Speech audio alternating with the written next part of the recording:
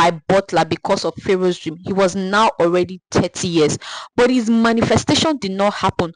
God had to allow him go through that process because that process was necessary for his building. The waiting season will be worth it for you. God is taking you through a process. But you know what is more striking about the story of Joseph? It was how Joseph stayed the course. Joseph honored God. During those process, God was raising him to be a leader. God was raising him to have integrity. God was raising him to be caring, to be kind, to be compassionate. And this is what happened when he was sold to slavery by his brothers, and Potiphar later took him in as a slave. Potiphar eventually trusted him so much that he left everything in his care because Joseph had integrity.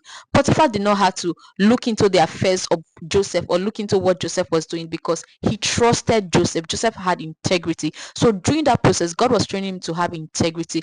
Joseph did not convert his master's properties. Joseph had integrity. He was trusted not to steal, and that's why Potiphar left him to handle everything. Another thing that happened was that Joseph refused to sleep with Potiphar's wife. He said, how can I do such wicked thing against my master and against God?